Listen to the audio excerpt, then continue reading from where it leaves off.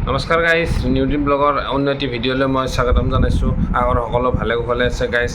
বৰ্তমান ৰাজ্যত পৰিস্থিতি এটি বিশেষ সম্প্ৰদায় মিয়া সম্প্ৰদায়ৰ ওপৰত সকলোৰে চকু মিয়া খেদা আৰম্ভ কৰিছে উজনি অসমৰ পৰা। কিন্তু গাইজ আপোনালোকক ক'ব বিচাৰিছোঁ এই চৰকাৰৰ হেনো শৰৎকালীন বাজেট অধিৱেশন আৰম্ভ হৈছে। এই বাজেট অধিৱেশন অংগনবাদী কৰ্মী সহায়িকাসকলৰ লগতে এই আঁচনিভুক্ত কৰ্মচাৰীসকলৰ দৰমহা বৃদ্ধি, বিভিন্ন ধৰণৰ উন্নয়নৰ কথা আৰু বিভিন্ন ধৰণৰ চাকৰি বাকৰি সা সুবিধা বা আঁচনি আত্মসহায়ক গোট এইবিলাকৰ কথাবিলাক উল্লেখ হ'ব লাগিছিলে। এতিয়া কথাটো কমপ্লিট ডাইভাৰ্ট হৈ যায়। এতিয়া মানুহবিলাকে প্ৰায় এটা বিশেষ সম্প্ৰদায়ৰ লগত হৈ লৈছে, তেওঁলোকক খেদি পঠিয়াব। এতিয়া ইমানবোৰ মানুহ খেদিবনো ক'ত?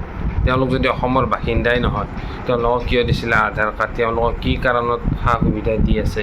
চৰকাৰী ঘৰ, ৰাস্তা ঘাট, স্কুল কলেজ, মেডিকেল, আধাৰ কাৰ্ড, ভোটাৰ কাৰ্ড, তেওঁলোকৰ দ্বাৰা ভোট লৈ চৰকাৰ গঠন কৰি আছে। তেওঁলোক যাব ক'ত? উজনিৰ পৰা 7 দিনৰ সময়সীমা বান্ধি দিছে। উজনিৰ পৰা নামনিত যাব। এতিয়া নামনিত কৈছে আক্ৰাচুৱে কৈছে, কোচ ৰাজবংশীবিলাকে কৈছে, তেওঁলোকেও মানি নলয়। এতিয়া ইমানখিনি মানুহ এতিয়া পঠিয়াব ক'ত? যাব ক'ত? এতিয়া এইটো এটা বহুত ডাঙৰ প্ৰশ্ন হয়। আপোনালোকে কমেণ্ট কৰি জনাওকচোন। এতিয়া মানুহ চিন্তা কৰিব লাগে উন্নয়নৰ কথা। এতিয়া মানুহবিলাক লাগি গৈছে কিবা বেলেগ ফালে ডাইভাৰ্ট হৈ গৈছে সকলো দল সংগঠন। গাইজ, অসমীয়া মানুহটো আৰু কাম কৰিবতো নোৱাৰে, সেইকাৰণে মিয়া মানুহক কামত লগায়। মিয়া মানুহকো বহুত কষ্ট কৰিব পাৰে, সেইকাৰণে তেওঁলোকক সকলো কামতে দেখা যায়। মিয়া সম্প্ৰদায়ৰ মানুহবিলাককে দেখা যায় ঘৰৰ ছাদ ঢালাইৰ পৰা আদি কৰি বিভিন্ন ধৰণৰ চব্জি বেপাৰৰ পৰা বিভিন্ন ধৰণৰ তেওঁলোকে কামক লাজ নকৰে বা তেওঁলোকে সকলো ধৰণৰ কাম কৰিব পাৰে আৰু লগতে কষ্টও কৰিব পাৰে।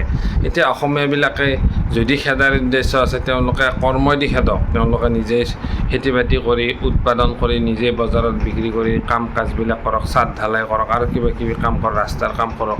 তেতিয়া এনেই আপুনি খেদা যাব। কিন্তু খেদিলেই নহ'ব, খেদিলেই চব কাম অসমীয়াৰ দ্বাৰা নহ'ব। অসমীয়া মানুহ কাম কৰিব নোৱাৰে, সেইটো অপ্ৰিয় হ'লেও সত্য কথা। কাম কৰাত বহুত এলেহুৱা মানুহ। গাইজ, বিজেপি চৰকাৰেতো আৰম্ভণিতে প্ৰতিশ্ৰুতি দিছিলতো তেওঁলোকে এই বিদেশীক বহিষ্কাৰ কৰিব। এতিয়া এই বিদেশীবিলাক যদি বিদেশী আছে, তেওঁলোকে বহিষ্কাৰ কিয় নকৰে? কেন্দ্ৰতো তেওঁলোকৰ চৰকাৰ আছে, ৰাজ্যতো চৰকাৰ আছে। আচলতে তেওঁলোকৰ বহিষ্কাৰ কৰিব ইচ্ছা নাই। তেওঁলোকে চালি জাৰি চাওক কোন বিদেশী কোন স্বদেশী এইবিলাক চাই সোনকালে বহিষ্কাৰ কৰক। কাৰণ বাহিৰা মানুহ কোনেনো কাৰ ঠাইত প্ৰশ্ৰয় দিব? এতিয়া চৰকাৰে এইটো ব্যৱস্থা কৰিব লাগে। ইয়াকে নকৰি চৰকাৰে ওৰ পৰা ত'ত খেদিছে, তোৰ পৰা ত'ত ৰাজনীতিকৰণ হৈ গৈছে বস্তুটো গাইজ। এতিয়া শৰৎকালীন অধিৱেশন চলি আছে, বহুত কিবা কিবি আঁচনি আৰু কিবা কিবি উন্নতিৰ কথা ঘোষণা কৰিব লাগে। দৰমহা কথাকে ক'লোঁ, বহুত কৰ্মচাৰীয়ে দৰমহা পোৱা নাই। এই দৰমহা বিচাৰিও তেওঁলোকে আন্দোলন কৰিছে। এতিয়া বস্তুটো মানুহবিলাক ফালৰি খেতি কমপ্লিট। এতিয়া কিবা এটা সম্প্ৰদায়ৰ ওপৰত বস্তুটো বাছি লৈছে। আচলতে যদি বিদেশী আছে আৰু নেখেদে কিয় খেদিবতো লাগে, সোনকালে খেদক, এইটো চবেই বিচাৰে। গাইজ, কথাখিনি সত্য নে অসত্য আপোনালোকে চালি জাৰি চাই নিশ্চয় কমেণ্ট কৰি জনাব। আজি ভিডিঅ'টো মই ইমানতে সমাপ্ত কৰিছোঁ আৰু ভাল ভিডিঅ' মই আপোনালোকৰ মাজত লৈ আনিব চেষ্টা কৰিম। তেতিয়ালৈকে চাই থাকক মোৰ এই নিউ ড্ৰিম ব্লগ চেনেলটো। গতিকে আজিলৈ ইমানতে বাই।